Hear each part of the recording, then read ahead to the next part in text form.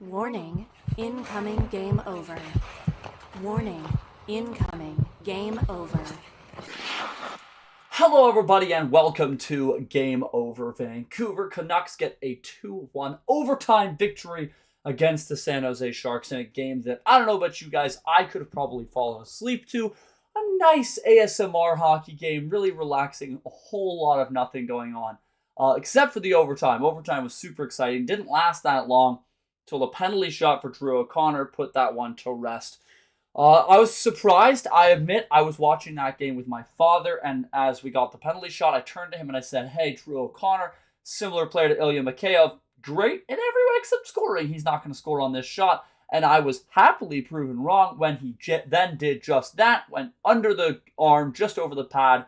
A really hard shot for goaltenders to be able to stop. Glove side for the overtime winner. So a much needed 2 points against a bottom ranked team. The Canucks really should have come away with those 2 points, and they did, despite very, very nearly blowing it at the end of the game. I was a little bit worried, but all's well that ends well, as they say. So we end up getting out of it just fine, and the Canucks do come away with that much needed 2 points. Overall thoughts about the game. This is my first Game Over Vancouver since we've had the new additions of Marcus Pettersson, Filip Chytil, and Drew O'Connor. And wow, I have loved all three of them. I thought all three looked really great, especially Filip Chytil and Drew O'Connor in overtime. And you see why Rick Tocchet wanted to put them out for overtime. Their speed ends up creating a chance, and that chance they don't score on, but they do take a penalty. Which turns into a penalty shot, which then again Drew O'Connor scores on. And it was the speed which ended up setting up that chance, although wow, Filip Chytil. I mean, I defended him when the Canucks made this move for Filip Chytil. They sent away JT Miller. I had a lot of my friends telling me, oh man, this is a terrible trade for Vancouver. Vancouver got fleeced. And I was saying, look, Filip Chytil, he has had injury troubles all throughout his career. That's no secret. Everyone knows it. But when he's healthy and when he's able to get on his game, he's a good skater. And I think that we've seen in New York time and time again that this is a franchise that's struggled to develop young players. They've struggled to be able to bring out the best in them. And so, I'm really hoping Filip Chytil can unlock parts of his game in Vancouver that he was unable to have unlocked in New York. And obviously, we've only seen a very small sample size. You need to see more to be able to fully judge a player. But Filip Chytil has looked dynamic. His passing has looked electric, and it could very well be argued to be the best skater on the Canucks outside of, obviously, Quinn Hughes. He was great. Drew O'Connor, I think, provides much needed speed to the depth, almost kind of like I saw someone on social media saying that he's exactly what Ilya Mikheyev should have been for Vancouver, and I love that comparison. I think he's so similar to Ilya Mikheyev, but of course Mikheyev's biggest pitfall is that he was making nearly $5 million while being, let's be real here, a $2 million guy. Drew O'Connor might be a $2 million guy, but that's exactly what he's making, so it's completely fair enough. Speed is such a huge part of hockey. They talk about what are the biggest things for being able to play in the NHL nowadays. Well, it's hockey IQ and it's skating, and Drew O'Connor at least has a passable hockey IQ while being an incredible skater. And then Marcus Pettersson, a tidy bit of business by the Canucks, in my opinion, getting that contract done. I was thinking he'd come in around at least $6, maybe $6.5 million, and they ended up getting locked in at $5.5 and only 6 years as well. So you don't have to worry about him falling off too hard in the latter years of his deal. Joining me now on the program is Joseph Augusti, friend of the show. He's been on the show before. We'll just get his camera set up now. But Joseph, joining by voice only for a brief moment as he gets his camera set up. How have you been, man? And what were your thoughts on the Marcus Pettersson re-signing for the Vancouver Canucks? For Vancouver, as you know, Zach, I wasn't the biggest fan of the JT Miller trade in the first place. But getting a player like Marcus Pettersson, a real strong defensive player, and then signing him real quick to a real good deal, 6 years, $5.5 million. I thought for sure, especially with the rising cap, he'd figure close to $7 million. Real tidy bit of business here because it really shows just how good that JT Miller deal could end up being. Because I was a little concerned when that deal initially happened that with Filip Chytil, who in my mind is a middle six center, or Victor Mancini, who is a B-list prospect in my view, and then probably a first-round pick in the low 20s. I was a little concerned about it, They used that first round pick and they got a legitimate number 3 defenseman, which they need. We all like Tyler Myers. In my opinion, he's not anything more than a number 4 or 5 at this point in his career. Yeah. Then they signed him. There was no chance they could walk Marcus Pettersson to free agent here, because that would have made, if they had lost him in free agency, that kills a lot of the value of the JT Miller trade, because of course you lose that first round pick. But fact of the matter is, they did real good with that deal. He's fit in well. They upped their Pettersson quota, which they seem to enjoy. So, it's very good. Here's my camera. Perfect. Everybody. We'll get you properly brought into the broadcast in just a quick moment here as I get that set up. I also loved the Pettersson deal. I think that they did a great job. For me, the most noticeable thing that you kind of saw right away when he joined the lineup was that he is actually able to move the puck, which, no disrespect, I think there's a lot of guys on the Vancouver Canucks defensive core that just kind of can't. As much as you hate to say it, they really can't. And I think that having that added puck movement from the back end, you've already seen the transition between the defense and the offense be heavily improved here in Vancouver. So I think that it was much, much needed for the Canucks to be able to get a guy that is able to move the puck. I will say, I do think he has some defensive lapses, and that I mean no disrespect when I say that, but I do think that we've seen, here and there, maybe not exactly amazing defensive play. So I do think that you do need to continue to kind of bolster that with defensive stalwarts. But I think the Canucks have a lot of guys that are kind of defense only, and the main gripes we've seen this year have been the lack of puck moving. Hence why, guys like myself have been touting why players like Eric Brandstrom should be in the lineup. And there we go, we've got Joseph properly brought in now. And of course, Brandstrom shipped off in that deal, but Marcus Pettersson really does feel like the upgraded version of, okay, he might have those defensive lapses, but what he brings on the puck moving end is so vital, because I think on top of that, it allows that Hughes-Hronek pairing to stay put together. And I mean, say what you will about Filip Hronek, a top pairing guy that can only play with the best defenseman in the world, maybe not great, but the underlying analytics are still there for that top pairing. They do much better when Hughes is paired with Filip Hronek. And I think that if you're able to keep that pairing together, why split up a good thing? Before, it was out of necessity. Now, they have the luxury of having Marcus Pettersson, and I think that has been a huge, huge addition to the Canucks lineup. Yeah, exactly. He's fit in well. You need someone to play on that second pair. There is a bit of a logjam now at left defense. And we've heard the rumors about Carson Soucy maybe being on the outs with the coaching staff. If they had traded Carson Soucy without bringing in Marcus Pettersson, I'd be very concerned about their left side depth. But bringing in Marcus Pettersson and extending him at a team-friendly rate makes Carson Soucy somewhat expendable now, because he was in the lineup tonight. He played his offside with Elias Pettersson. But really, that's just not going to work long term. We know how much Rick Tocchet likes, having left, right on every pairing. So I would be very surprised if Carson Soucy is still a Canuck past trade deadline. The fact of the matter is, with Marcus Pettersson on the team, a player like Carson Soucy becomes expendable. No, absolutely. We saw NHL insider Frank Saravalli tweeting out that the Canucks are going to make it known to all other NHL teams on Monday that Carson Soucy is available for a trade. And I think it makes sense. I am a little bit worried. I do kind of want to know what the Canucks would get back. I'm not going to trust Victor Mancini in the lineup until I see him, and I see him in some extended capacity. A game or two here or there isn't going to be enough to sway me. And right now, I think that Soucy is still definitely a lot better than Derek Forbort. Forbort is someone that I mean, just like Vincent Desharnais, I don't really love seeing in the Canucks lineup night in, night out. I'd definitely rather see him than Noah Juulsen. But even tonight, I mean, Derek Forbort's most notable play was having the puck go off him into his own net to tie things at 1, to be the reason the game went to overtime in the first place. So I think Carson Soucy, it's tough. I do think he's a little bit overpaid to be a bottom pairing guy, but I would be worried if you ship off Carson Soucy about whether or not the Canucks would end up missing him, because we've seen this year already how much you can end up missing depth defensemen. I mean, you would think back to last year, Ian Cole on the third pairing seemed like a nothing burger in the offseason when they lost him, but it's ended up being a big, big piece that the Canucks have been trying to replace all season long, because they haven't had that steadying, guiding presence on the bottom pair. And I do think that Carson Soucy, while overpaid, is just that, a guy that you feel very comfortable with if he's playing in your third line. Now, I do admit he's taken a big step back from what he was last year. Last year, a steady, reliable second pairing guy that used his size and reach to be able to shut down players. And we just haven't seen that from Soucy. It's been undeniably a struggling sophomore year as a Canuck for Carson Soucy. But I definitely would want to see, I think, another depth defenseman coming back for Carson Soucy. Unless the coaches are just that confident in Victor Mancini's ability to step into the lineup on day one. Yeah, I totally agree. Derek Forbort, he's had a tough year. There's been some personal issues going on with him, so I am willing to give him a mulligan for this year. The thing Derek Forbort's really good at is stopping zone entries, which in today's day and age with analytics, that's one of the big ways scoring chances are made by zone entries. And that's Derek Forbort's thing.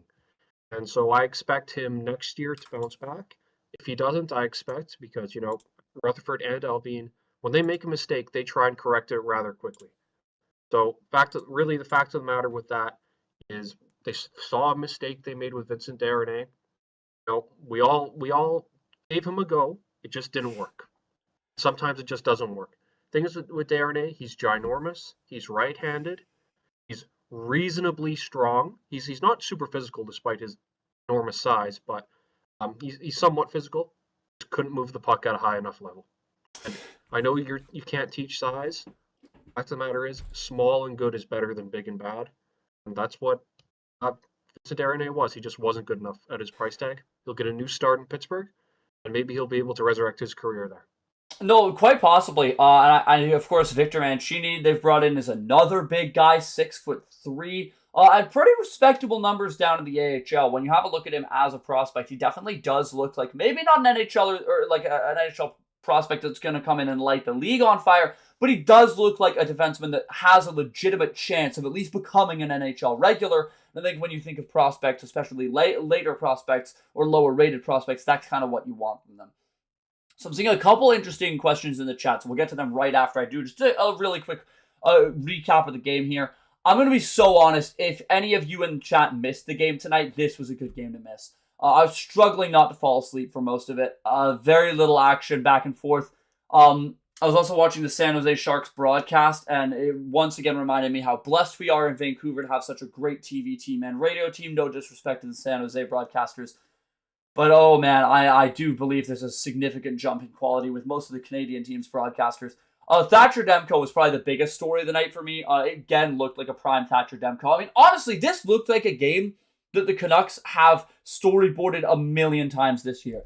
Canucks, get a lead, immediately turn off all offense. Once you've got a lead, there's no need to play any more offense. Let's shut that down right away and pray that Thatcher Demko and some good defending can bail us out. On this time, it didn't. Canucks were able to get an overtime winner, but this felt like the exact kind of hockey that people have been complaining about under the leadership of Rick Tocchet, where it's just the moment they've got a lead in the third period, it's immediately batten down the hatches, stop trying to get offense, and simply play defense, try to keep the puck out of your net. And my biggest complaint with this all year long is just that it does not work. And I don't understand why the Canucks keep trying to go for it, because it's not like they've been playing lights out defense when they try to do this style of hockey. And it's also not like they've been bleeding offensive chances when they are playing, forward and trying to score. So it has been really frustrating for me. I'm still a staunch Tocchet defender. I don't think that we should necessarily get rid of him. I have flip-flopped on that a little bit as the year has gone on. I still think it's way too early to fire the reigning Jack Adams winner. But I mean, what are your thoughts, given that we have time in, time out seen Rick Tocchet hockey be this boring, be this offensive stifling? And again, this is a San Jose team that let in 45 goals in their last 9 games. That's over 4.5 goals per game average coming into this game, and the Canucks only scored 1 in regulation. It's definitely a concern because, as you said, this San Jose Sharks team is not good defensively. Now, they got rid of Cody Ceci, who we all know is a disaster class in his own end, so a little bit of addition by subtraction there. And man, you score 1 goal. There's a late power play goal by Dakota Joshua, a nice tip. Probably a low percentage shot there by, I think it was Pius Suter. Yeah, it was. That shot there, like, credit to Dakota Joshua. That's what he does best, getting into the rough areas. And, that was a tough angle to tip. Yeah. So good for him. Is he going to be able to do that on a consistent basis? Probably not. And that's your only goal in regulation against Vitek Vanacek and the San Jose Sharks. That's a concern. To your point about Rick Tocchet, I as well have been very frustrated with him this season. I am not on fire Team Tocchet just yet. He just won the Jack Adams. He's done a whole bunch of really good things here. But I am now at the point where I need him to be more adaptable. Games like this, where you go into defensive structure against bad teams like the San Jose Sharks, it worked tonight. You got to win. You got the 2 points. How often can you rely on penalty shots and 3-on-3 overtime to win games? One of the first times in my life I've ever seen that. Maybe even the first. None come to mind off the top of my head. But fact of the matter is, I need some adaptability here. We saw the stubbornness earlier in the year. I am by no means saying that Erik Brannstrom is a superstar, but he was way better than some of the defensive options that we were playing. And he's gone. He was in the JT Miller trade. I am very, very concerned about the level of offense because as of right now, my opinion is the Canucks are trying to make the playoffs. As long as Brock Boeser is on this roster, my view is the Canucks are trying to make the playoffs. Will that change? Maybe. But the lack of scoring, especially from a certain highly paid Swedish center, is concerning me. I know he struggled on the power play tonight. I know people were unhappy with his power play looks because don't see that one-timer on the power play very much anymore, do we? Now it used to be a staple of his game. I know he's had wrist issues. I haven't heard much about his wrist injuries in a while, so I don't know if we can really use that as a question anymore. Rick Tocchet, I know you're mainly a defensive coach. It's time for you to start adapting your philosophy and getting more goals out of your current roster. Because gotta score. That's the name of the game. This is the San Jose Sharks. I mean, good we got the 2 points. Really, probably 9 times out of 10, you probably lose that game. Yeah, no, I think that's completely fair enough. I thought that San Jose had more quality of chances. Even halfway through the third, before the Canucks scored, they were leading in shots. But my note written down right here is that they might be leading in shots, but the quality chances have been almost all San Jose. And I think Thatcher Demko had some incredible saves. He's the only reason that this was even close. Well, even close to winnable for Vancouver. He had 2 robberies in a row in the third on both Walker and then Toffoli, and they were both prime Demko saves. We're talking cross crease. We're talking toe of the pad. Tonight really did look like a redemption game for Thatcher Demko. But you brought up his name, and let's get into it. I hate how often we have to talk about Elias Pettersson on this show every single time I do a show. But it's true every single time. I know I said this last time, but the only reason the Canucks are even in this mess is because of his lack of performance this year. And I think there are some really interesting underlying metrics to talk about in this game. So I saw a stat that I felt hard to believe on social media near the end of that game. Elias Pettersson is 11th in the entire league in puck battles won. He is winning so many battles along the wall, in neutral ice. But that's what's concerning. Off that stat alone, you should be generating so much more offense. But halfway through the third, he did not have a shot on goal. And in fact, I believe his line had no shots on goal while he was on the ice. It's just incredible to see the lack of offense that he is having. And it's really hard to know why. I think a lot of people have speculated that he is still trying to play through injury. And that's a tough one. That's a tough one for me. We don't know anything, so it is just truly speculation. I think that it's a fair speculation to think that he's injured. It would explain the lack of the one-timers on the power play. If you've got a wrist thing, it's going to be a lot harder to execute those power plays power play one-timers as you have been and as you should be. But if you are injured, especially like right now, you need to put your foot down. You need to say, I'm not going to the Four Nations, and you need to rest up and recover. I don't care if he has to take a month off. This is the time to do it, by the way. We've got 2 weeks coming up for the Four Nations. If you sit out on that, you're only missing 2 weeks of games. And come back as a fully rested and fully healthy Elias Pettersson. Because right now, you just can't have an $11.6 million guy being this invisible night in, night out. I mean, I'll say it. He was the least impactful Pettersson tonight. One of them is a rookie selected in the third round. The other's on his 4th game on the team. I mean, this should not be even remotely close. And yet it is. Again, I mean, he doesn't even look like... I'd argue he might not even be in our top 10 best forwards tonight. Yeah, it's just not good enough. That's a real interesting stat you said, Zach, how he's 11th in the league in puck battles. You said that's a good thing. You know what? I actually think it's a bad thing. Where do puck battles typically happen? On the boards, below the crease. That tells me he's on the perimeter. He's not getting to the high danger chances. He is a center. He is not a winger. He cannot get by like William Nylander does, playing on the perimeter, because he does not have the speed of William Nylander, and he no longer has the shot of William Nylander. He's not a winger, like Nylander is. Fact of the matter is, he needs to get himself in more prime chances.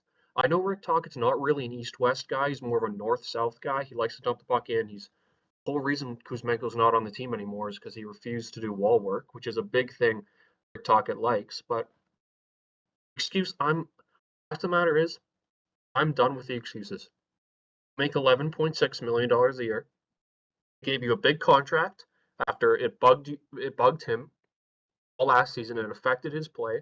Part of that's because the media wouldn't leave him alone. So there was a bit of a distraction there. They gave him the money. They gave him William Nylander money. I'll use that comparison again. It's right in the ballpark of what he ended up making. Had a lousy second half of the year last year. I understand he had his knee tendonitis. He was poor in the playoffs.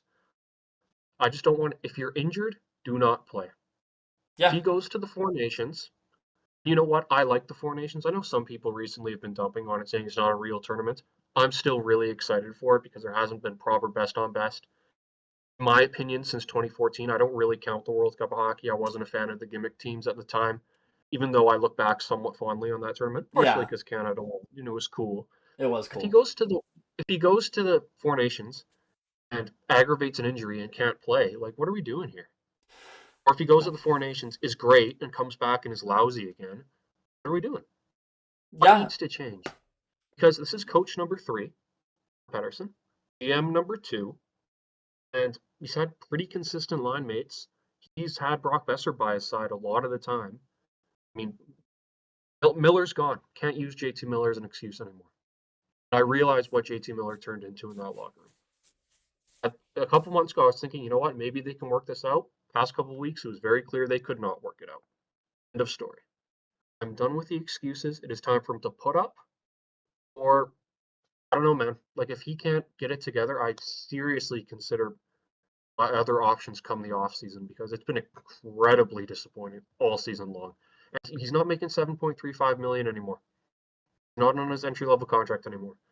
He's making number 1 center 90 to 100 point money. And right now, I think he's on pace for 59 points. Not good enough. Yeah, not no, you're entirely right. It's not good enough. It's a serious concern, and I think it's especially concerning when you think about how long this has gone on for. We're basically at a calendar year now of him being a bad player. I'll go out and say it. I mean, obviously not bad by $1.5 million standards, but I mean, seriously, the rate that he's been playing at would barely be a 2C on a bad team, let alone a 1C on a team that's supposed to have Stanley Cup aspirations. And it's tough because I actually think outside of Pettersson, a lot's been going right recently for Vancouver.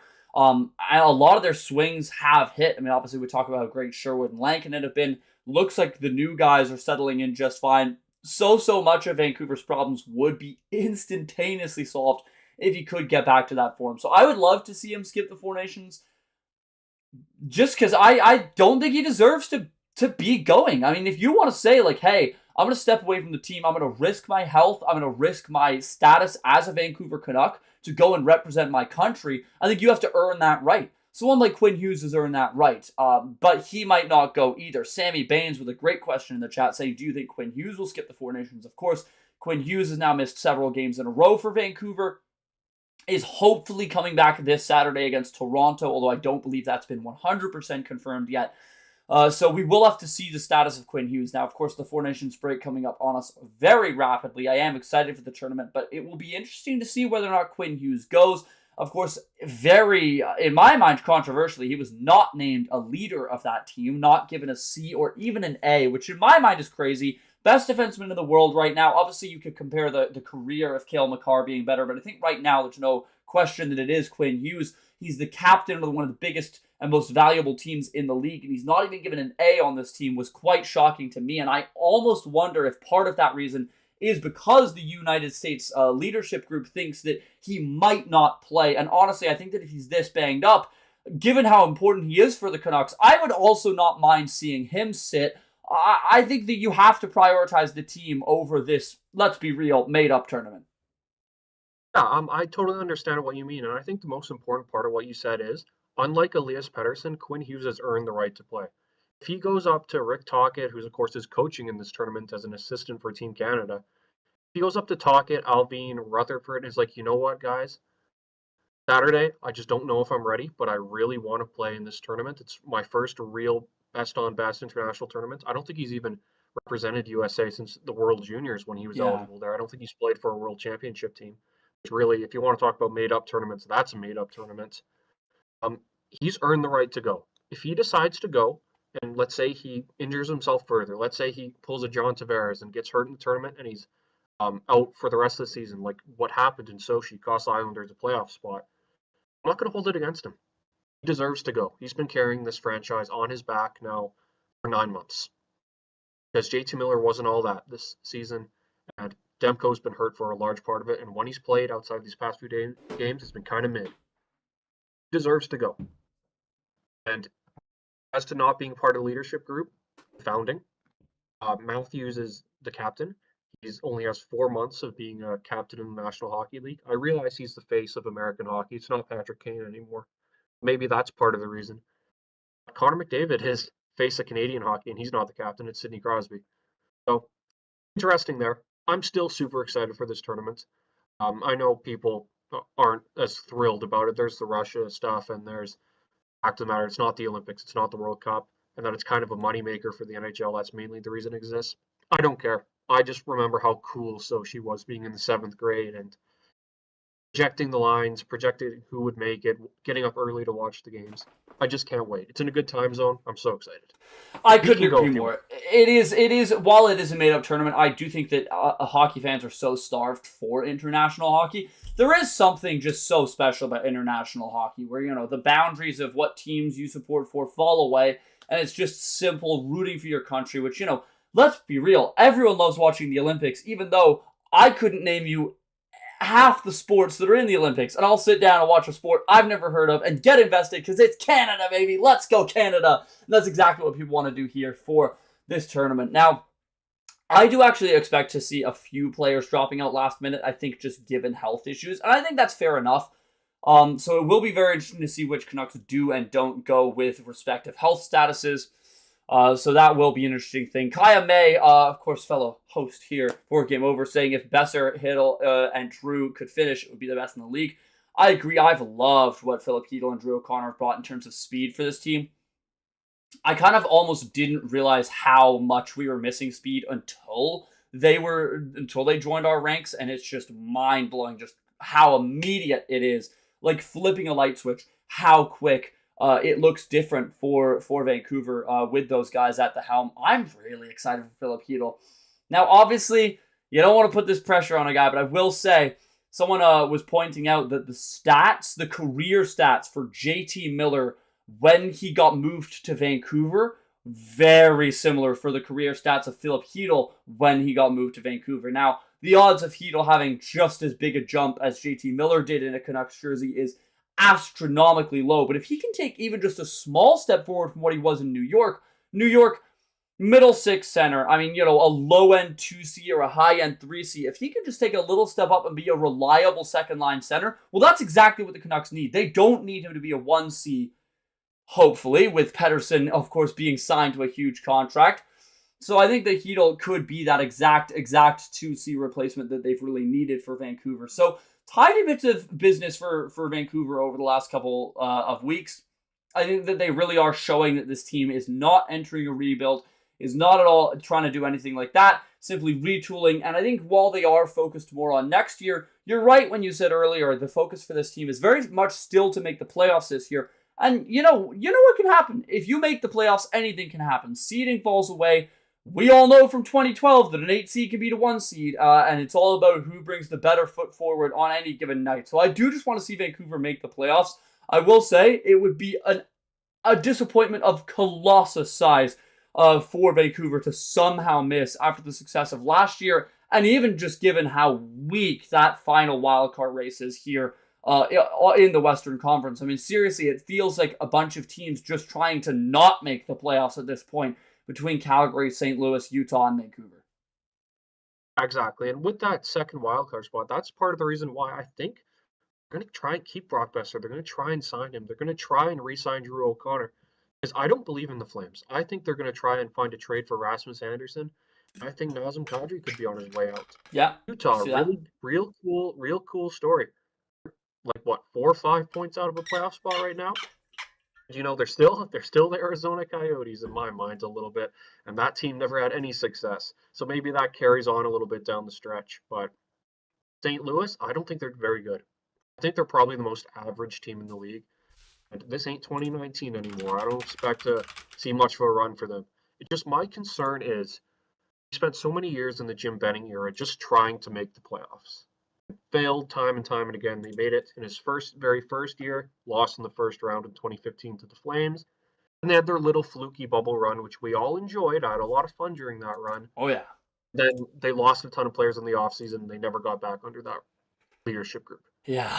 My concern is if you try and go into the playoffs this year, I think I'd be shocked if they won a round. Personally, the way things are going right now, then you go next year, like, what is the ceiling for this group? Because as long as Quinn Hughes is around, you cannot rebuild. No. At least can't go into a full rebuild, because I don't think he'd stick around for it, and you just can't. He's too good for it. So, can you make a core around Hughes, Elias Pettersson, Demko, maybe Besser sticks around? You just signed Jake DeBrusk long term. He's been all right. He's very, very streaky. Yeah. Oh yeah. The fact of the matter is, after this season, no matter what happens, I'm really interested to see what direction they go in because they have a slow start next year. I think Tocchet is gone. Even if he stays around, because I keep hearing how he has an option in his contract right after this season. So I'm just interested to see how the rest of the season goes, and then we go from there because I don't want to have another redux of the Jim Benning years of just trying to make the playoffs. We need to have higher ambitions as a franchise.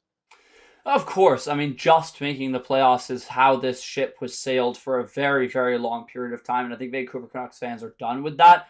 And I know that, we're sick of harkening back to last year, but I think last year gave us that taste of, wow, this team really could contend for a cup. And that is now what fans expect. You want to see a contending team. If the playoffs were to start today, they'd be against the Winnipeg Jets. Now, I really do think the Winnipeg Jets are frauds. I've said it time in, time out. I think they're the Leafs of the West. The last time they were seriously decent in the playoffs was 2018. I know that feels recent. That's 7 years ago. They have been a playoff choke artist ever since then. They've sewered my playoff bracket time in and time out because I keep betting on them. I'm not going to make the same mistake again this year. I think they're a paper tiger. So we'll see how they end up doing. But yeah, if they were to start today, that's who would be against.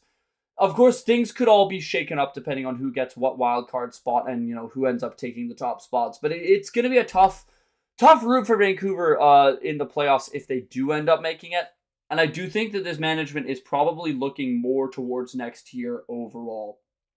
And looking to next year, of course, a lot of guys up for contracts. And we've had this discussion on the show before, but things kind of change on a daily basis here in Vancouver. I would like to see Vancouver re-sign Drew O'Connor. However, I would like to see it for a very reasonable ticket. Let's not pretend he's anything he's not. He's a speedy depth forward. Ilya Mikheyev, some team gave him $4.75 million. I believe that was Toronto Maple Leafs, and then we traded for that contract. He's the same as Ilya Mikheyev. That contract was horrible for Mikheyev, and it would be horrible for Drew O'Connor. I'd love to see him back in a Canucks jersey. I really like his speed, but please let that ticket be no higher than 2.5, maybe like 2.75 at the most. I don't want to see it hit $3 million for a depth guy, even though I do like his speed and I do like what he's brought to Vancouver. Well, actually, that Ilya Mikheyev deal, now you bring it up, that was a Rutherford Alvin free agent signing. Major L. Wow. That was their first offseason. Yeah, you're right, it was. Technically not. Yeah, their first full offseason because they were mid-season hirees. That's right. That deal did not go well whatsoever. Looking back, 4.75, even with the rising cap, I don't think he'd get that even close to that nowadays. No. We've seen it so many times as Canuck fans. Bad free agent signings, overpaying for depth. Gosh, I mean, Louis Eriksson, Tim Schaller, Jay Beagle, Antoine Roussel. I do not. Oh, the list goes on. Gosh, I mean, what was that Russian guy's name? Alex Burmistrov. So many rough signings. I like O'Connor a lot. I think he'd be a really good third liner. That's it. Cap's going up, not a penny over $3 million. That's at most. Yeah. I know he's a Pittsburgh guy. I know you love your Pittsburgh guys, Rutherford, Alvin, and Tocchet. Let's not repeat the mistakes of the past. Yeah, no, 100%. I think you're entirely right. You've got to keep your depth guys as your depth guys. And looking to some other depth guys, it's been an interesting season for someone like Nils Höglander. I think that Nils Höglander has taken such a step back from last year, but it's interesting because we talk about, kind of different categories of player evaluation. There's, the analytics and the stats. That's what the numbers say. But then there's the good old eye test. And by my eyes, I like what Höglander brings to the lineup, even though his points have taken beyond a nosedive. I mean, his productions fell off a cliff. There's no hiding that. But I just think that in the limited minutes he does get, the fourth line was a really, really good line tonight, and he was a part of that. There were several board battles, down behind the net where he would go in one-on-one, sometimes even one-on-two, and emerge the victor. And I mean, that's exactly what you do need from depth guys. But of course, talking about players being shipped off at the deadline, it still does feel like Nils Höglander could be at the top of one of those lists. And I'm interested to see what the Canucks end up doing at the trade deadline, given that this is a team that has a very much a big question mark in the direction of this franchise. And a front office that's notorious for pulling out big moves, seemingly out of kind of nowhere. So I could see Höglander being still a pretty valuable trade chip, and he is just an interesting player that kind of reminds you that there is a big difference between the eye test and what the analytics and stats say. Well, yeah, really with Nils Höglander is the coach just has zero trust in him. Even looking back to last year, what was he had 23, 24 goals? Every single one was at even strength. Yeah, Didn't play on you're power right. play. Struggled to break the 15-minute mark in terms of time on ice. He was one of the culprits last year. The Canucks were such PDO merchants. He shot a high clip, and it's regressed this year. And when the coach already doesn't trust you and you start on such a cold streak, it's a one-way ticket to the doghouse. And that's where he spent the entire year. He's very small. Pocket isn't a huge fan of small wingers. Like, there really isn't very many on this team. You know how much big of a fan he is of Dakota Joshua, and they gave him that contract. The thing is, they signed Nils Höglander to a $3 million per year deal, coming off of last year when they knew the coach wasn't a huge fan. Now that deal looks terrible.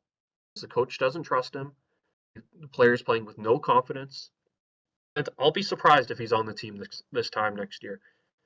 It's really hard to succeed. We've seen it. I'm by no means defending Andrei Kuzmenko. He was such a flawed player. His shooting percentage was insane. He didn't do any board work. He didn't forecheck. He didn't back check. Didn't play any defense. Or 39 goals here, and Rick Tocchet didn't like him for 1 second. Yeah. Nils Höglander is going down that same path. And unless he can pick it up, like, I know this isn't the best example in the world. Remember the Winnipeg game where they were just getting killed, and then Höglander scored? Yeah, 6-1. Yep. Want to know who played the least amount of ice time in that game? Nils Höglander? Exactly. He was probably their best player in that game. He played the least amount of time. I know it was a garbage time goal, but coach doesn't trust him. I don't think he's ever going to trust him. Yeah. But we got to evaluate where we go from here. And I think that the coach trust is another interesting kind of storyline for Vancouver that I don't think gets talked about enough, is the seeming disconnect between the general manager and president of Hockey Ops with Rick Tocchet. It does seem to me like there is a bit of a disconnect there, because we've now seen several instances of players getting re-signed where, Tocchet doesn't necessarily give them the same love and trust. Erik Brannstrom being another big noted name where, the general manager brings him in, really likes him, but he doesn't earn the coach's trust, and because of that, sits in the doghouse for a long period of time and then gets sent down to the AHL before being traded. So, does feel like, even though I like our front office and I like our coaching, they might not necessarily be on the same page that much, which is something that we've seen a few times. So once again, to recap the game and kind of bring us to the end of the first period of the show, Canucks 2-1 overtime winner in a snooze fest game in San Jose, where Thatcher Demko looked to be back to prime form. Drew O'Connor getting the overtime winner on a very rare penalty shot in overtime. Quinn Hughes did not play. The Canucks defense looked pretty good without him for the most part-ish. Actually, I don't even believe what I just said. The Canucks defense looked all right without him, given that he wasn't in the lineup. And of course, first period is always brought to you by Hyperdrive Hockey, the flagship show of Game Over Network on the Game Over Network channel. Hyperdrive Hockey, all things hockey across various leagues in multiple countries, whatever it is and wherever it is. Max, Daphne, and Kev have you covered with all your hockey news with a steady dose of fun and fan engagement. You can find Hyperdrive Hockey on the Game Over Network YouTube channel or wherever you listen to your favorite podcasts on the Hyperdrive Hockey page at thegameovernetwork.com. So moving on to period 2 here. I've taken away Joseph. My apologies. Moving on to period 2 here with our wonderful guest, Joseph Augusti. It is one where I do want to see, I want to talk about Vancouver's future a little bit here. So you take a look at the schedule now. Always a big game in town when the Maple Leafs, Canada's team, I say with a big dose of sarcasm, comes to play. Rogers Arena, which that means they've got to start the game early to make special arrangements for the little Maple Leafs out east, because their Widow fans cannot stay up past their Widow bedtimes. So it always slightly bothers me that Vancouver, Edmonton, Calgary always have to make room for Toronto. No other team in the league gets that special privilege and treatment, but whatever. Saturday 4 p.m. game will be against the Maple Leafs. That's going to be a good test. Maple Leafs, say what you will about them. Obviously, a bit of a meme team, never get it done in the playoffs, but they are always a great regular season team, and they're continuing that this year. Slightly slipping in the standings, but still should be a pretty difficult game, and it'll be very interesting to see whether or not Quinn Hughes is back in time for that game against Toronto. Yeah, exactly. You know what the funny thing is, you mentioned teams adjusting their start time, and I know it's Hockey Night in Canada. That's part of the reason Maple Leafs make the most TV money of any team in the league by a large margin. They played Seattle tonight, 7 o'clock local. That's 10 o'clock in Toronto. So they didn't adjust their clock in Seattle for them. I know it's just a Thursday night game, but I thought that was kind of funny. Yeah, the Leafs are a weird team. The vibes there are kind of mediocre because Matthews has been injured, Tavares is injured or has been injured. Nyes was hurt at one point. Marner's kind of been up and down. So is Nylander. Craig Berube is a very similar coach to Rick Tocchet. He came into Toronto with a mandate of, we're going to cut the chances down, we're going to be more responsible defensively, and we're going to play more playoff-style hockey. Of course, it's helped that Anthony Stolarz and Joseph Woll have been excellent. Yeah. Huge upgrade over Ilya Samsonov, who, of course, is a backup in Vegas now. But I'd be a little concerned if I was Vancouver coming in Saturday. Probably going to be majority Leaf fans in the building, as it is with most Canadian teams outside of Montreal when the Leafs come to town. Of course, Ottawa, it was, I got to say, probably 80% Leaf fans or more. Cheaper tickets there, right? Like in Ottawa, I know they can't afford their own games, so. Oh, no, I mean, like, there's a waiting list a mile high for Leaf tickets. Go to that, drive up to Ottawa, pay $600 for your ticket, you're saving $400 in Ottawa if you're a Leaf fan. But really, it's going to be an entertaining game. It's always entertaining when the Leafs come to town. Two teams that are trying to be more defensively responsible. I'm not expecting a very high-scoring contest, at least on the Canucks side, because it'll probably be tonight with Stolarz. He's just coming off an injury, so I expect to be Joseph Woll in net for the Leafs this coming Saturday. The Leafs still got to show me they can do it in the playoffs. And outside of one series, they haven't been able to do it. And something interesting with the Leafs is, if you're a Leaf fan, Zach, let's say they play the Bruins in the playoffs and they win, and they get killed by Florida. Unfamiliar? Is that a successful season? I mean, like, here's the thing. No, but at the same time, they'll celebrate like they won the Cup if they beat Boston in a playoff series. And I will admit, I do kind of understand that. Obviously, Boston's so hated out there. For them, winning a playoff series is so rare that it is worth celebrating. So, and I can respect that. We loved seeing the Canucks beat Nashville, but I definitely don't think it's a successful season. I mean, the Leafs have had so many seasons in a row where they're first round exits, or one where, a second round exit. That's what the Canucks did last year. That's not a successful season. I think if you're they got killed.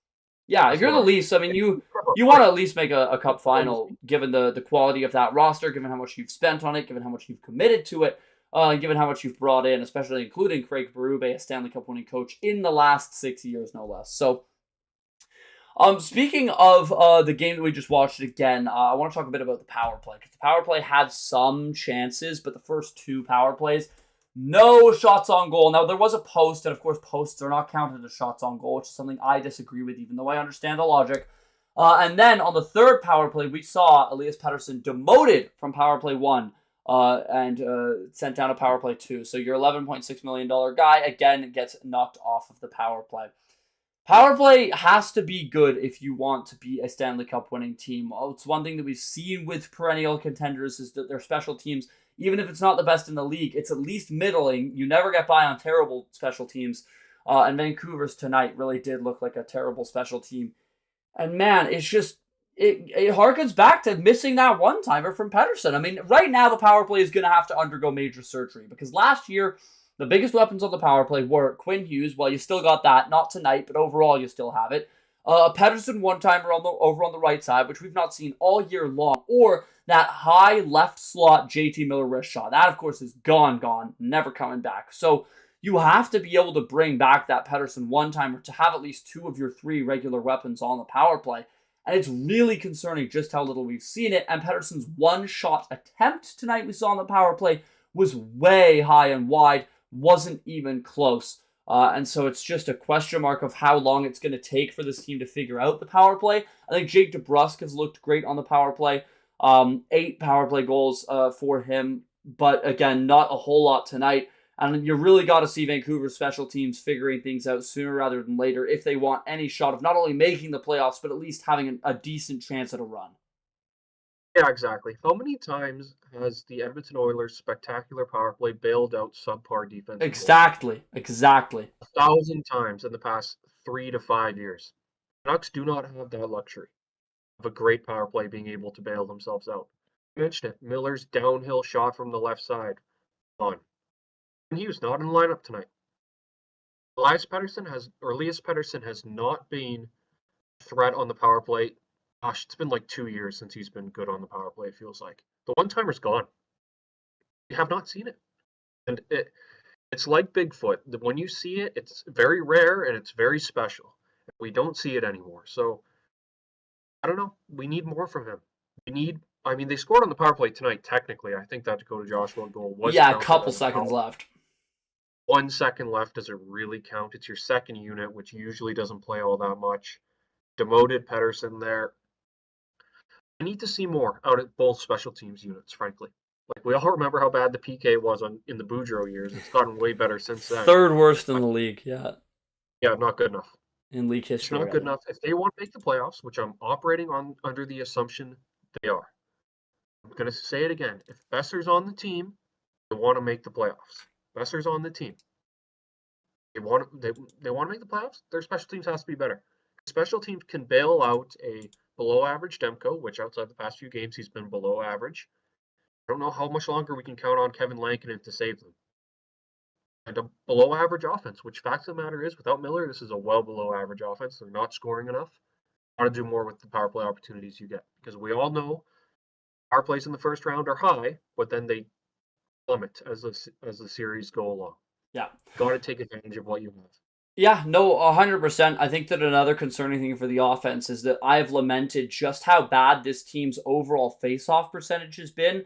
Last time I did a show, the Canucks had lost more face-offs than they had won in all but one of their last 8 games. And tonight, similar story. Canucks heavily lost the face-offs, 43 team percent.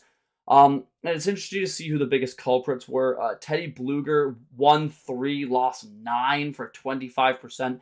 Philip Hedl won 5, lost 8 for 38%.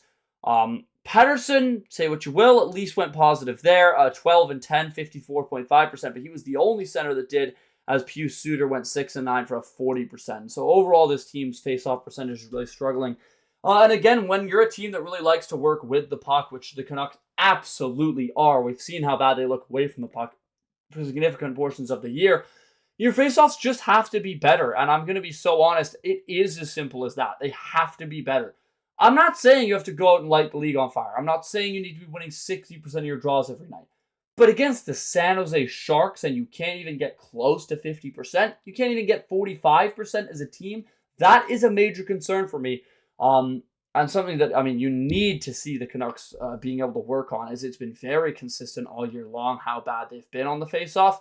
And it feels like there's necessarily no reason for them to be. I mean, the biggest face-off winner on the Sharks team, Macklin Celebrini. You're telling me that an 18-year-old is doing better than you in the face-off draw consistently. He had nearly 70% in the draw, and he took the most draws on their team by a lot, mind you. You're getting out-dueled by an 18-year-old in this league. Can't happen. It just can't. It just cannot happen. I mean, rookies in this league chronically struggle. You may chuckle at it now. Sidney Crosby was in his rookie season and seasons prior, was one of the worst face-off takers in the history of the sport. Yeah, he was. And now he has the most face-off wins in NHL history since they began counting this stat. Connor McDavid was terrible in the face-off dot. He was 41% his rookie year, and now he's consistently above the 50s. Something in hockey that has driven me crazy the past few years. Forwards defense is the over-analyzation of handedness in hockey. I think it feels like I can't breathe without someone saying right shot defense in my face.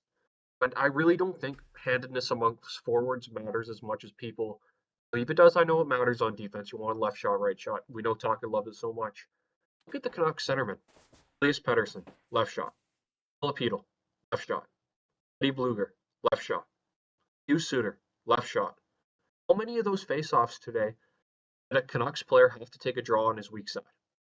Quite a few. They don't have a single right shot center on their team. You need one. You need one to take those draws. Why did Derek Ryan hang on to a job so long? Because he's a right shot center who wins 60% of his jobs. Or his draws. Yeah. Need one right shot center. They don't have one. And even if they had one, you cannot be getting out-dueled by 6 foot, 180-pound, 18-year-old Macklin Celebrini. Just can't happen. I'm happy Pettersson did well in his draws today. But what is the point of Teddy Bluger if he's not good defensively and he's not winning draws? What's the point? Yeah. Like we could be playing Linus Karlsson there. Yeah, no, I mean, I love Teddy Bluger as a player overall, but I'm not going to sit here and lie and say that he's been lighting the league on fire as of late, because he hasn't. You're right that he is, as a depth centerman, I mean, you have a very small amount of responsibilities. Your responsibilities are play defense, win faceoffs. If you're not doing either, as you say, there's no point for you to be in the lineup. So I do overall love Teddy Bluger. I do think he'll be able to find that game again, but it hasn't been a banner performance for him. He makes a really interesting point about the right-handed centerman thing, and I went and had a look, and you don't really have anyone waiting in the wings. I mean, the next man up in center is Aatu Räty, and we have seen him learning to take draws on his offside by flipping his stick around, but even he is a left-handed centerman, and I mean, like, he's relying on a gimmick to be a fourth liner. If that's your only right-handed centerman, you know, you're not putting him out there for too many crucial draws. Which the Canucks need a right-handed guy for. So that is a really interesting point, and it does kind of lend itself more to the roster construction. And it is a little bit interesting that, like, Rick Tocchet is so insistent about having the correct-handedness for his defense, and yet seems to care not at all for the forwards. You'd think there'd be kind of a little bit of that balance there. But yeah, not necessarily a whole lot from him. And really quickly, before we move on to our next point, of course, period 2 should be mentioned. It's brought to you by our crowdfunding efforts here for Game Over. We have both Patreon and LaRouche pages in the description down below. If you have the ability to support us here, we are, of course, just local media, bootstrapping in our first year here as an independent media network. So, of course, we're an independent production focused on community inclusion and quality people. So if you're interested in supporting us more than you already do just by watching, subscribing, and liking, which we really appreciate, please consider chipping in a small amount financially to us.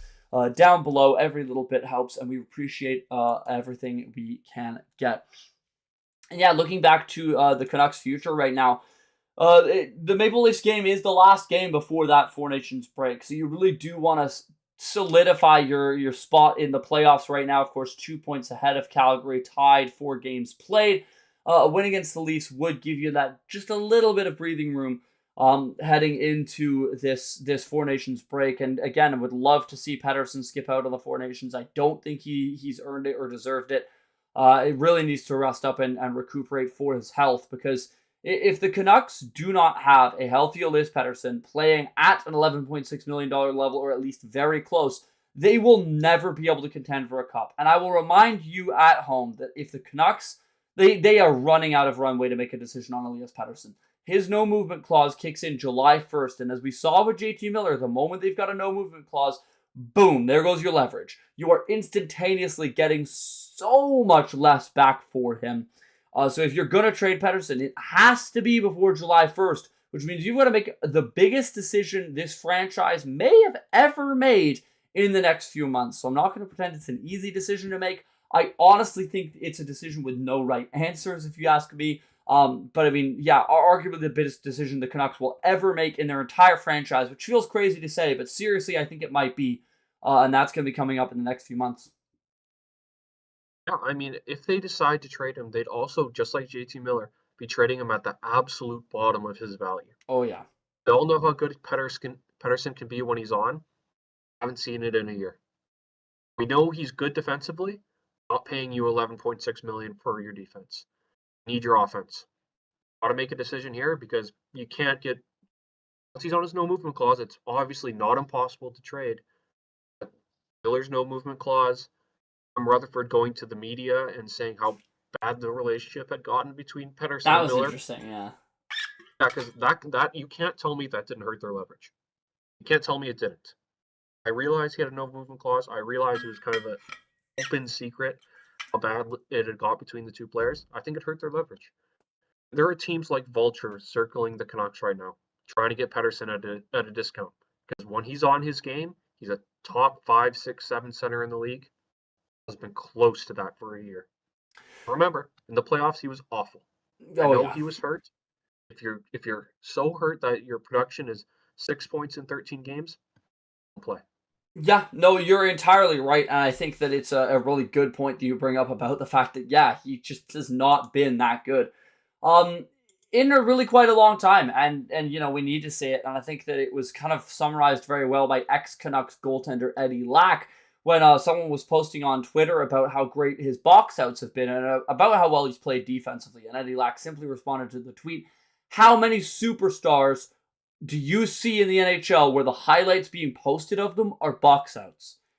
This isn't a superstar player right now, and he's getting superstar money, so he has to figure it out for the future of the team. The reason why I say it feels like a lose-lose situation for Vancouver is it just feels inevitable that if you trade him, he is going to immediately find his game somewhere else. That's just how I feel about the situation. He'll immediately go and be the old Pettersson with that new team. And if you keep him, it is a big risk because obviously if he gets back to that level, then you're in a great spot. But if he doesn't, it's going to be one of the worst contracts in NHL history. You could argue that if he keeps playing at the rate that he's playing right now, it will be the worst contract in NHL history. Think about how much we've been clowning on Calgary fans for Jonathan Huberdeau, bearing in mind that Jonathan Huberdeau has been a 55-point player on a $10 million deal. Well, that's exactly what Pettersson's playing at. Yeah, no, exactly. He's taken a step up. But that's exactly what Pettersson's been playing at, and he makes an extra $1.5 million. So, man, it's going to be a tough look for Canucks fans if Pettersson can't bounce back. And you have to wonder, I'm sure it's a combination of both of these things, but how much of it is mental and just that headspace of not being able to get into the game, and how much of it is physical and kind of injury things? Because if it's injury things, at a certain point, even if the coach is telling you to play through it, you as a player have to say, just put your foot down and say, hey coach, I am not playing well right now. Let me sit out, let me rest up, and I'll try to come back, better. Because right now, it's just not good enough, and it's so boring and repetitive having to sit here on these shows and say the exact same thing night in, night out. Oh, it's not good enough for Pettersson again. It's not good enough for Pettersson again. Oh, guys, he was pretty good defensively tonight. He blocked a shot. I saw him break up a pass. He makes $11.6 million. He should be a 100-point player. He was a 100-point player for multiple seasons in a row. He was the kind of guy, even on a down year last year. Down year, 80-point guy. He's that good. His down year is 80 points. Well, now it's looking like his down year is going to be 50 points, and who knows where it might go from there. So it is getting to the point where it's really starting to get frustrating, both as a fan, as a member of the media, having to say these repetitive things. But it's true. It's true night in, night out. We keep saying it because it's the biggest problem for Vancouver. Where would this team be if he was a 100-point player right now? I mean, you could argue that they'd be fighting for the division title. I seriously mean that. If you look at the standings, how much of a difference does Pettersson being that 100-point player make? If you even say that adds 3 or 4 wins, that'd be 1 point back of the Golden Knights and 3 points back of the division lead right now. I mean, seriously, this is how much of the season has gone wrong, and it's solely his fault. Now that Miller's gone, that is it. That is the end of the leash for Pettersson. That's the end of the rope. The results have to be now, not next game, like absolutely right now. Let's see it. Let's absolutely see it. And I really do want to see him miss out on the Four Nations. I don't think he's deserved that right. It's a big honor to represent your country. And it's also a big commitment to the team saying, hey, I'm going to risk bodily injury. I'm going to step away and I'm going to represent my country. I just don't see in any world where it's in his best interest as a player and certainly not the Canucks' best interest. No, not at all. Last year, down season, 89 points. That's great. 100-point seasons. That's great. I'd take 89 points out of any player in the... Well, not any player. If Connor McDavid got 89 points, I'd be shocked. But the fact of the matter is, unless your name is Patrice Bergeron, arguably the greatest defensive forward in history, I don't want to see your defensive highlights when you're making that kind of money. And as an aside, Bergeron never made the kind of money Pettersson makes. I don't want to play this game anymore. I don't want to play it. Stop the ride. I want to get off. If he can't get his you-know-what together by July 1st, sayonara. I can't do this anymore. It is not 1973 anymore. Players have more access to mental health professionals than they've had in their entire life.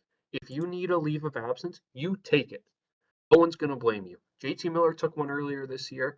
There's a player assistance program that the stigma, it seems, has been broken because before a few years ago, nobody used it. Now, tons of players are using it. Laine, James Reimer, other players. Like, it's a real thing. If you need it, use it. No one's going to blame you. Miller's gone. Can't use that excuse anymore. Got your contract. Can't use that excuse anymore. Yeah. Stop. I can't keep talking about this.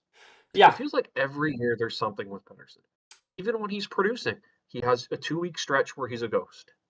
Or a playoff run where he does nothing. I don't know, man. I don't know. It just doesn't seem like he's built for this market. It feels like. Yeah. Say what you will about Vancouver. There's problems here. We care. We care about the team and we want it to do well. Yes, there's a subset of fans that are kind of fatalistic and want the team to fail a little bit. Yeah, a few. Kind of Montreal has a little bit of that too.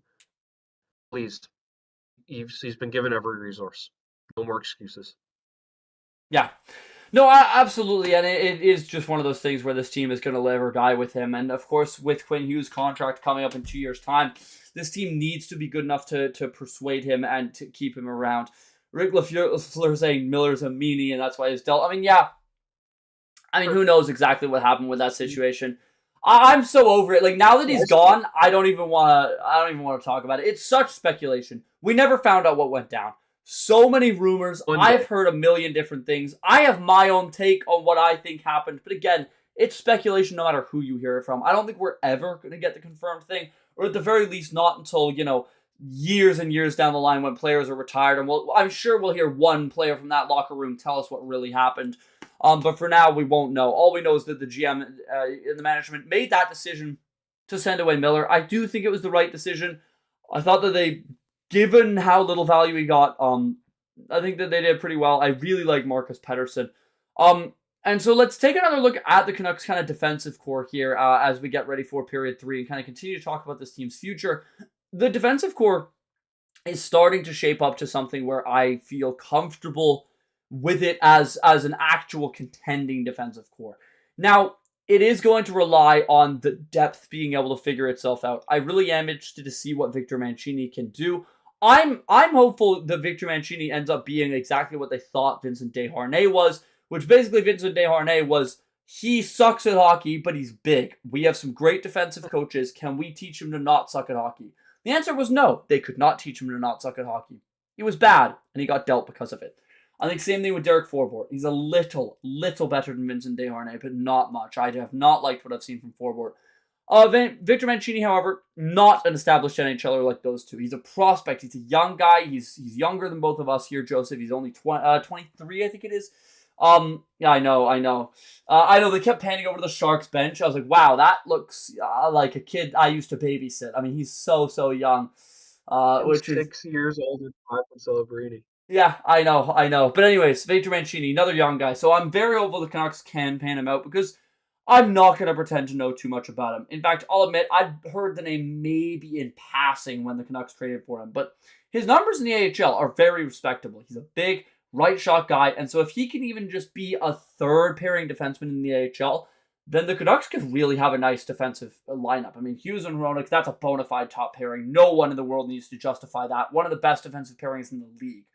Marcus Pettersson has provided that depth puck movement that the Canucks have literally been dying for. I mean, this team has lost game in, game out. I mean, let's be real, so many games just based off of this team being unable to move the puck out of their own end. Marcus Pettersson provides exactly that, and the team locked him up immediately because of that. Pettersson, alongside someone like Myers, to kind of stabilize that defensive pairing, give it the defense. That's a really good top four. I'm content with that top four. Throw in the defensive pairing of Elias Pettersson, who has looked like an NHL regular. I mean, he looks like an experienced D-man back there in his rookie season. I've loved what he brought. And then throw in either Mancini or if we think Willander is going to be ready by that time. That's a really nice defensive core. I really like it. I don't have a whole lot of notes about that. And of course, you know what they say. Defense wins championships. So if you can keep this defensive core together, which of course most of them are locked up, and hope that either Mancini or Willander pan out as a prospect, I think defense is going to be really, really solid for Vancouver. Honestly, for a really long time, as most of these guys are locked up long-term or are young guys on ELCs. So the future is bright for the defensive core of Vancouver. It's more so just how quickly you get this figured out, and whether you're kind of considering this year of being a year where you want to contend, or whether you just want to go all in on next season. But for the future, I like what we have in Vancouver's blue line. Yeah, exactly. With Victor Mancini, I just think we as fans have to temper our expectations. He is a B-list prospect. We cannot expect him to come in and be a top pair guy. Right now, we shouldn't even expect him to be a middle pair, second pairing guy. Look, Jet Wu's not walking through that door. That ship has sailed. We have a dearth of right shot defensemen in the system. They needed Victor Mancini around. You know, he's got some good AHL stats. Hopefully he can slide in on that third pair.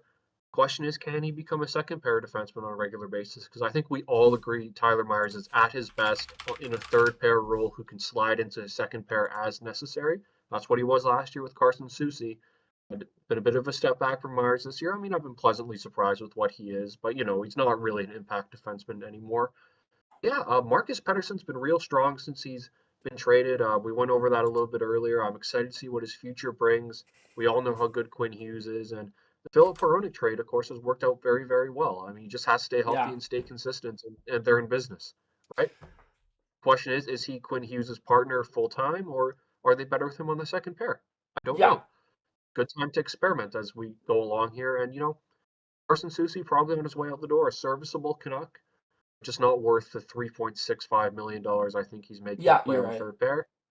And Elias Pettersson, if he could be a third pair and up defenseman in the future, that's a real solid defensive core, and that's what wins championships at the end of the day. Good defense. No, 100%. So, you know, we'll start to wrap things up here as we'll move on to period three. Period three, of course, is sponsored by our wonderful merch that we've got here at Game Over Vancouver on the screen now, as is the QR code at the bottom right. So please do consider supporting us. I'll say I can tell you firsthand the merch is incredibly comfortable, and all the designs done by Brady Chalice over in Game Over Winnipeg. So a great way to support us financially while also being able to rock some great looking clothing, comfortable as well. And, you know, why not rock some Game Over merch? Show your support in style here for Game Over Vancouver. If you guys do have any questions in the chat, please do kind of send them through now as we'll start to wrap the show up here. Well over an hour mark for a pretty boring hockey game. So good job for us here being able to talk about that for this long, because I do think that this team kind of has so many repeating storylines. I understand why a lot of fans kind of have been a little bit sick of this team between the underperforming this year and the repetitiveness of so much of what we've heard. You know, I think a lot of fans want to be rewarded with a bit of a win streak here, so I'm really hopeful the Canucks can put that together. I like the future of this team, and I think that it is kind of interesting to see the dichotomy of this fan base. So much kind of doom and gloom mentality when JT Miller was traded. Oh, the Canucks got fleeced. It's the beginning of the end. Even friend of the show and regular guest Liam Higgs had to make a bet with me about he thinks this team is going down the toilet. And I think the future is bright for Vancouver. I do think that it is unfortunate that it might take an off year here for Vancouver to get back to contending status. But if that's what it takes, I would rather have 2 years of being a legit cup contender than 5 or 6 years of just making the playoffs and being content with maybe one series win, duking it out in that wild card position. So I am fine with them going forward for the future. And honestly, it is just going to be about how well they can put things together, because this team on paper is starting to look really, really nice.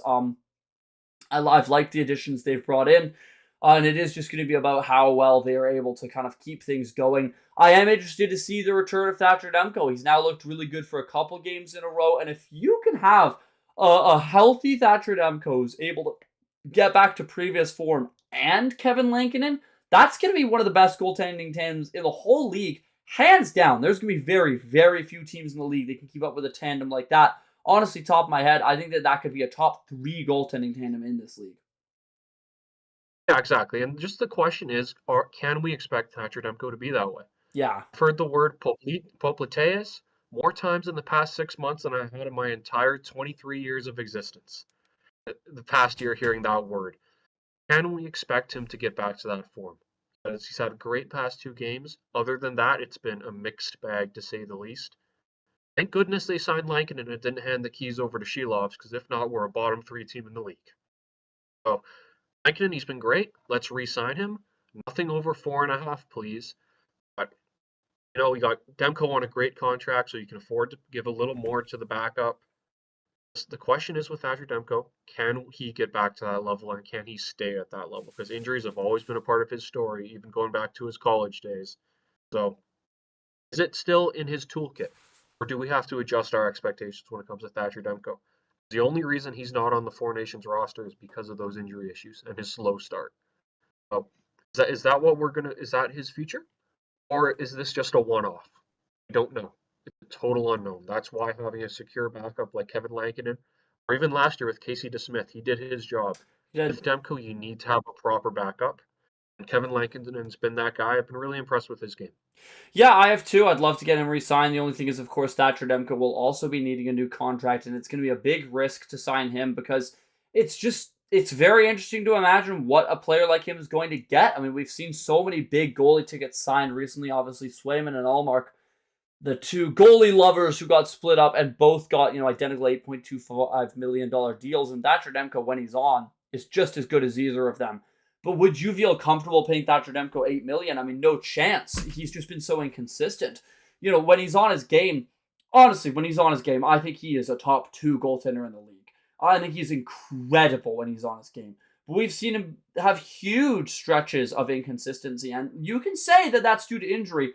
I don't care what it's due to, it's still there. It still is a thing. And so because it's a thing, I think you do have to worry about re-signing him long-term on a big deal. So I think that they should either go high dollar value short-term, but I think that that's a big risk as well, given that this team's trying to contend and you don't want to wrap up too much cap. Or the deal I'd prefer, try to keep it as low as possible, but give him a longer term, so that, the guaranteed money remains the same, but it's a lower AAV hit, and worst comes to worst, you can bury that kind of contract on LTIR. But I do think that the Canucks really have to be careful with how they manage their goaltending situation, and at least get one of them back, if not both. I don't necessarily think Lankinen could handle a starter's workload, so I really think that given the pending UFA options being not that great for the goaltending market, the Canucks don't really have a choice but to re-sign Thatcher Demko. But of course, Demko and his agent are going to know that, and that will help them in the leverage when it comes to renegotiating contract for their star netminder. Yeah, exactly. And, there's a new CBA coming up in a couple of years. I'll be shocked if Gary Bettman does not at the very least try and close the LTIR loophole, which teams like Vegas and Tampa Bay and even way back Chicago Blackhawks with Patrick Kane, they've been gaming the system for a long time with that loophole. So if they sign Demko to a long-term deal and he just can't play anymore and they have to LTIR him, it might not be an option in the future. When you look at the system, Arturs Shilovs was a great story last year. I don't think he has starting potential in this league anymore. He was awful with the Canucks this year and hasn't been anything special in Abbotsford. And beyond him, Kita Tolipolo, best case scenario is he's an average backup. I don't think he has starters potential either. There just isn't much in the free agent market. Like Lankinen is one of, if not the best pending goaltending free agents. Allmark's not a pending free agent anymore. Swayman isn't. So there's limited options here. You have to dance with the people that brought you there, and that's Thatcher Demko. It's just how big of a bet are you willing to place on a player with such a weird injury history as he does? I'd like if I'm going to sign him, I'd give him a 3 or a 4 year deal. Personally, I don't know if he can go long term with Thatcher Demko. Yep, that's fair enough. I'll take us to period 4 because we've got a question in the chat that's on topic for goaltenders, and that is, should the Canucks go out and trade for someone like Caden Primo? My instinct for that one is no. While I do think Caden Primo would be available, and I do think the cost to acquire him would be very low, I think the Canucks already have a couple prospect tier goaltenders in Artur Shilovs and Nikita Tolopilo that they're hoping pan out. I don't see Caden Primo necessarily being a much bigger upgrade. Obviously, he's got amazing numbers in the AHL right now, but horrible numbers in the NHL. This season for Caden Primo, for those of you wondering his numbers, in the AHL, 196 goals against. I mean, that's incredible. 923 save percentage. Again, those numbers speak for themselves. However, in the NHL, a 4.7 goals against with an 836 save percentage. And that's through 11 games. So it's not like he just got lit up in 1 or 2 games. So I do think that he could end up being an NHL goaltender. I do like Caden Primo, and I always love success stories of, because he was a low 7th round pick. But I just don't think that he makes a whole lot of sense for Vancouver when they've already got 2 guys that are very much Caden Primo to a T, waiting in the wings for Vancouver. So I don't necessarily think that one makes a whole lot of sense for Vancouver. Even though I do like Caden Primo, and I think that he could end up being an NHL goaltender, it's just that's exactly how I feel about someone like Artur Shilovs, and even Nikita Tolopilo to an extent. Yeah, exactly. With Caden Primo, I just think he's a quad A type player. Too good for the AHL, not good enough to play in the NHL. One thing I will grant him, though, his games with the Montreal Canadiens were before the Habs started to have their success, when they were a tire fire in their defensive zone. Marty St. Louis made a few adjustments, and they've been way better lately. So, hey, maybe it's worth taking a flyer. If you've decided that Artur Shilovs and Nikita Tolopilo are not going to be players of the future, if you decide that you're going to non-tender maybe one or both, this coming off season, I know Shilovs has a contract for next year. It only makes sense if you decide that they're not long-term pieces. Still think they have interest in Shilovs being a part of the solution here. So an interesting option being brought up there, but I just don't think it's realistic for this current Canucks squad. No, although honestly, it's been a while since I've checked out kind of the numbers for the Canucks goaltending in the AHL, and it's just remarkably average. I will say Shilovs, I don't know if he's going to end up panning out. He just can't have any sort of consistency to his game. Obviously, everyone remembers not just his his run as the Latvian goaltender, but also that playoff run for Vancouver. Although I will say, I think people severely overhyped that playoff run. He had a sub 900, and he played just barely good enough for the Canucks to get to a Game 7, which they lost. But even right now, Shilov's numbers in the AHL, a respectable goals against average, but his save percentage is still below 900, 898. Whether Tolopilo, not much better at 901. That's a very negligible difference between the two. They kind of both are looking right now like prospects that could pan out but aren't. And I really do think the Canucks miss Ian Clark. Obviously, we'll never quite know what went down there. The official news from Vancouver was that, Ian Clark got promoted to goaltender scout, but we immediately heard from the media that was actually more of a demotion, and that the Canucks felt a reason why Demko got injured was because Ian Clark was riding him too hard, and because of that, they ended up demoting him. But Ian Clark has probably the second best goaltending coach resume behind Bob Essensa with the Boston Bruins, in that every goaltender he touched seems to turn to gold. Obviously, like Markstrom, the reignition of guys like Miller and Holtby, Luongo, of course, being a huge one. Schneider, he's been responsible. And then Thatcher Demko speaks for itself. And now we just aren't necessarily seeing that from the new guy whose name I can definitely pronounce, Yogi. Look, I'm not going to pretend to be the best with names here. The name William Brisebois still will escape me to this day. I know it's Guillaume, but Yogi Sparkowski, something like that, is the new goaltending coach for Vancouver, and he hasn't. Obviously, you can't judge a goaltending coach in 6 months of work, but it definitely doesn't feel like we're seeing the same your rags to riches that we did with Ian Clark.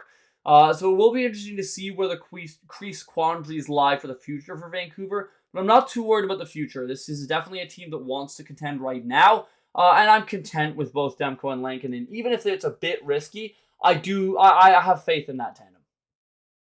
Yeah, exactly. And you think back to that playoff run. Game 7, Shilov's wasn't very good. First goal of the game, allowing an 86-mile-an-hour slap shot to Cody Cece, of all From people. the blue Point line. shot. Yeah. Missed it. Yep. Second goal, Bouchard, point shot.